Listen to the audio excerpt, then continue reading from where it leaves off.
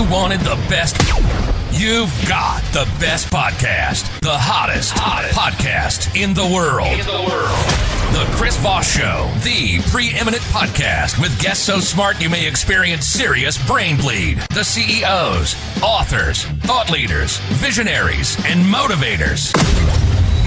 Get ready. Strap yourself in. Keep your hands, arms, and legs inside the vehicle at all times, because you're about to go on a monster education roller coaster with your brain. Now, here's your host, Chris Vos.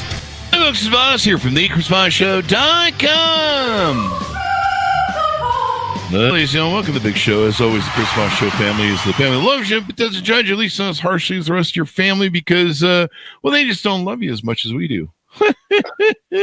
Opinions expressed by guests on the podcast are solely their own and do not necessarily reflect the opinions of the host or the Chris Vos Show. Some guests of the show may be advertising on the podcast, but it is not an endorsement or review of any kind. We got an amazing young lady on the show today. We're going to be talking to her about what she does and how she does it and how you can improve your life through some of the stuff that she talks about. We have Ashmita Arora on the show. We're going to be talking about her organization. She's a clarity intuitive who channels soul-level wisdom to help individuals release stuck patterns, reset their energy, and align with who they're becoming. Rooted in her own journey of dismantling and reassembly through spiritual awakening, loss, and deep remembering, her work is deeply embodied, compassionate, and intuitive. Using a blend of intuitive channeled guidance and intellect, she creates a safe, non-judgmental containers to support understanding and transformation. Her signature offerings range from one-on-one intuitive group sessions to group rituals, couples readings, and multi-session journeys that guide seekers through emotional clarity, soul alignment, and energetic embodiment. Welcome to the show. How are you, Ashmita? Good. I'm doing amazing. Thank you. Thanks for having me. Thank you. And thanks for coming. Give us your .coms. Where do you want people to find you out about on the interwebs? Yeah, mine's simple. AshmitaAurora.com. So give us a 30,000 overview of what's inside or what you do there.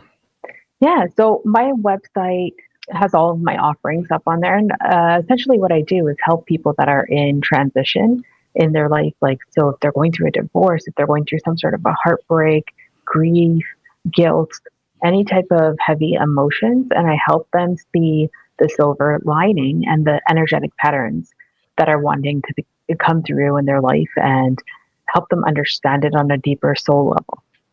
So give us and so you work with people. What does your average customer client look like? What do they need to have a certain amount of budget or?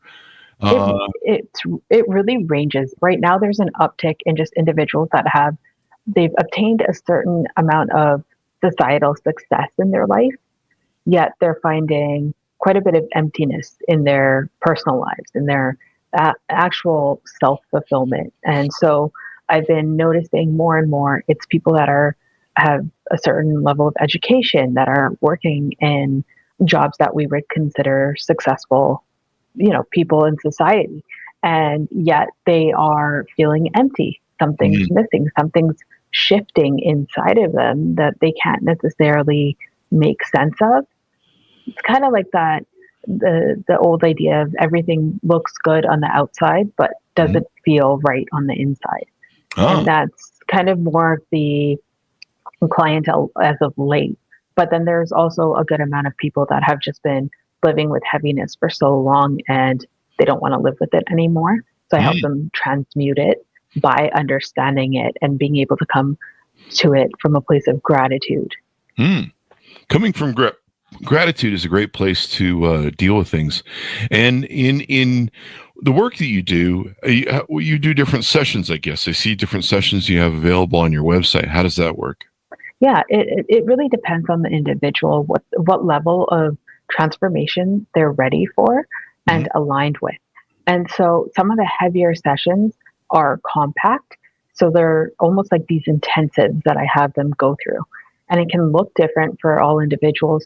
When I'm doing the session, it's very much channeled from source. So when I say that, it's more intuitive. I allow whatever information is coming to me to just come through as it may. For some individuals, it's a very caring, loving, gentle process. For others, it's on a harsher level where say, for instance, somebody that's used to being able to talk their way through life. Mm-hmm. It's one of those sessions where I'm like, nope, nope, nope, nope, cut it. Nope, I don't want to hear the crap. And I have to go in like that because it's really transforming your life. And it's like holding a mirror up to them and really showing them things that they don't even realize are there, right? So I have to do it in a certain way depending on their aura. Ah, Yeah. there you go. So you get into it with people now. Does it take many sessions to work through these sort of issues and stuff? It can vary. There's been some people that have come in and they just need like the clarity for a specific situation that I'm able to help them out with, and they go on their way.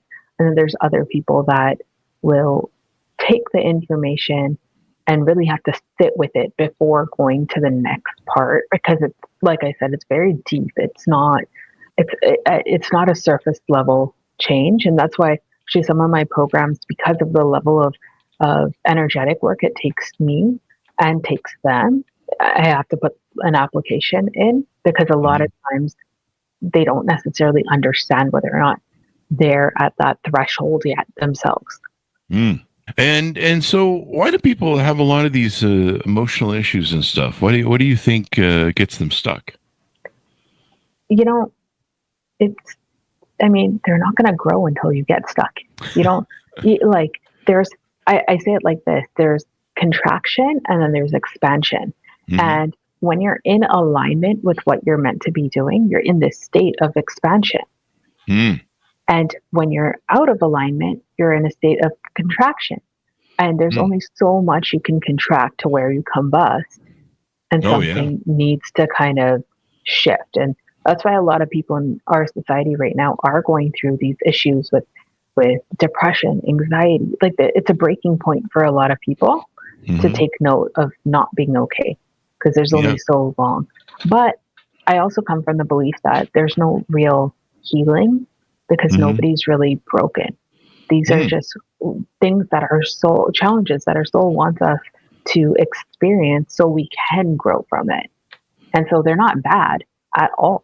And I mean, I would argue that if somebody came in with a completely blessed life, what we would consider a blessed life, and had no challenges, that would actually be a detriment to them. Because, for instance, if you don't go through those challenges, you can't get that deeper level of compassion or understanding for different situations. But as you move through your challenges, you open up your toolbox. Open up the toolbox, as they like to say. So, So let's see. Do you have any stories of people that you've helped, and maybe they were going through some sort of issue, and kind of how they came out the other side after working with you? Yeah, definitely. I'll give the generalization of it just for privacy reasons. But there was a client who was having a hard time with going to work, because the type of work that they did was something, let's say addiction, that they struggle with themselves. And so they had they felt like they were a hypocrite for what they were doing, because they're doing this thing, but they're also in charge of helping families going through this and having to deal with this. And it's it was a double life. Essentially, it's a double life. And they hated that they did this, and they had to sit with it. And basically, it took, I believe it was 3 sessions before they started integrating on their own, where they came in and we actually played back the dynamic of the addiction and themselves. And in their earlier life, a parent who then had the same dynamic with them as the addiction, the product, the thing. And it was, her body was her as a child, meaning it was watching what was happening, and it was breaking down and having issues. Just, people think sometimes it's just the addiction and it's a mental thing, but this was actually breaking down her her system, her body, Mm. and it reflected her and her sibling when they were younger because they didn't understand the parent dynamic and what it was doing to them. Mm. And allowing the one parent to keep coming back, even though they knew what to expect, similar to the addiction, allowing it to come back, knowing what to expect, not even wanting it, but allowing it because of the love that it had, because it's your parent, because you want it to be okay, right? Yep. So they kept opening that door, they kept letting them in, knowing that they're going to leave, knowing that they're going to come back, the back and forth, and feeling afterwards like, why did I even let them in when I knew what was going to happen? Feeling the same with the addiction, that why did I do that? I knew I was going to feel like crap afterwards. And then we were able to tie that into patterns throughout school and different times in their life to then transmute it and find that the addiction is not necessarily the addiction. The addiction is this energetic pattern. The people and the substance are just icons for what we go through in our life. And so sometimes we think we have, say, relationship problems, but it's deeper. It's actually the soul level energy that is behind that, because the feeling that the addiction gave her at the end was the exact same that her parent gave her when she was younger. Wow. And like the absence of the care for the children when they were younger was the same absence of care for the body. Oh, wow. Well, Because that's pretty amazing. It's just, so the way that it comes across, it's really different. It's almost like in the Matrix when you kind of see all the grids and such. It tends to come through to me in that form, and I can't even necessarily explain how I understand it. It's just being able to read between the lines, and just, it's a knowing. It just kind of comes across. So I'm able to bring it to light and help them then bring their power back and be like, okay, what can you say thank you for? And I hear nothing. Oh. I want to forgive it. Like I can say, I forgive this, blah, blah, blah, but I can't say thank you. And I go, okay, so there's more work, because what happens is when we get to that stage of truly understanding it, we see where in life it allowed us to expand and grow and the good that came out of it. And then when you get to that, when they're able to say, yes, okay, now I have complete gratitude for that situation, then I'm like, there we go. That's the alchemy right there. That's when we've alchemized it, transitioned it, and cleared you from it to know now, right? Yeah. So it's happened in my life too. There was times when I've had multiple miscarriages, and at that time, it's complete hell. It's you're in a state of, there's no good that comes from situations like this until years later, after the awakening, where I was able to look back and say, wow, so much had happened. I see now why the timing was as it was. And I'm grateful for it every day. Well, that's awesome. So many of these issues are based in childhood, right? Yeah. There's a lot of unresolved trauma and different things that we have going on in childhood. Tell us about your life. How did you get into this field and come down this road and learn about this work, et cetera, et cetera? How were you growing up, and did you go through your life? Yeah, I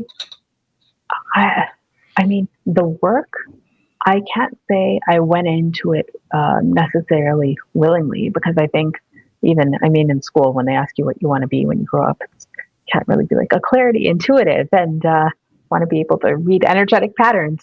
So definitely not planned. For me, I always felt like my life didn't make sense. Even growing up, where I knew, as far as school went, I knew that I knew the stuff. I just could not get myself to go to school. Like, I just hated going to school. High school came, my counselors, hey, if you show up for the whole week, I'll buy you lunch. Come, here's the incentives. I felt sick, continuously sick. I could not explain why it just did not align. It just didn't align. And not that it was like hard for me or I didn't know, what's going on when I am there. I just didn't want to. Maybe we just kind of chalked it up to like a rebellious stage, maybe. Especially coming from even earlier in my childhood where we were very, very much high achievers with sports and like you name the sport, we were doing it. School, tutoring, the whole thing. I got to high school and just kind of felt like I didn't really realize, because that's the only thing you can really fit into. It's like going to school and pursuing whatever you want to pursue later. Just didn't. I always had big hopes to do something. I just did not align. So I found out later on that if I had gone to school, not that I didn't go, I went to school, I went to college and everything, but if I had found success in doing what I was supposed to be doing, I wouldn't have had the same amount of need to go through the spiritual awakening that I did go through. Because it just didn't make sense. I had the intellectual side to be able to go and study and all of that. I just kept getting sick, honestly. Like I would just out of nowhere, like there was no reason. I just didn't want to go. And if I forced myself to go, I get sick. And for a long time, people thought that it was something that I was like making up, and I was not. And so even after that, after school, after college, just going into the workforce, and I was in real estate, same thing just kept happening to me. I just kept getting sick. I'd want to do everything the best I could. Just didn't make sense. I'd get sick. Started a couple businesses, and I had one that was a scone business, so I'd make scones. By the end of the day, I'd be in the hospital with swollen feet. My body just would give out just from the physical aspect. So it was kind of one of those things where I didn't feel like doing it in high school. And then when I did try to go on this path of building my career and doing everything, it was almost like there was like these blocks or health issues along the way. And I would hustle. Like my adult life, I was hustling, and it just didn't work. Like something, and it didn't make sense why it didn't work. Because on paper, everything seemed straight and like exactly on point. Till my health basically shut down. I had paralysis in half of my body. Wow. I couldn't move. I had something called a hemiplegic migraine, which like half my face would drop, stroke-like. Oh, drop. wow. And so I had to, it was wild. And it was all from putting stress on myself, trying to just hustle, keep going. And it was like a forced dead stop where I basically had this spiritual awakening and came out of my senses, which is the only time when anything started making sense for me. And it was basically saying how all the challenges that I had gone through, the things not making sense, the trying things and having them not work out as they were supposed to, or getting the thing and not having it feel the same. I needed to go through all of these things so I could then help individuals that were going through similar things. Then I said, oh, okay, now again, thank you. Now I understand. I get the level of pain that comes with certain situations in life, right? But without those experiences, I wouldn't have had that. Yeah, most definitely. Yeah, it's pretty wild how childhood just shapes a lot of these things. Now, I notice on your website you have some events that you're doing. Yeah. Tell us about those. Yeah, so I do different types. I do rituals for individuals. These are really good bridges for people that are not too familiar with clarity intuitive work, and because a lot of people are used to hearing about tarot or psychic readings and things like that, and they're not privy to just being able to sit down and have somebody go right into their energetic pattern for their soul, which can be a little intense. So I have offerings I have some talks coming up as well where they can just come and sit and have like a little bridge to learn a little bit more about the spiritual side of things and the challenges that they're going through. And some are one-on-one. So I bring them through to do the ritual, to release what they feel they need to release, to understand it a little bit better, and go on their way with a little bit more clarity.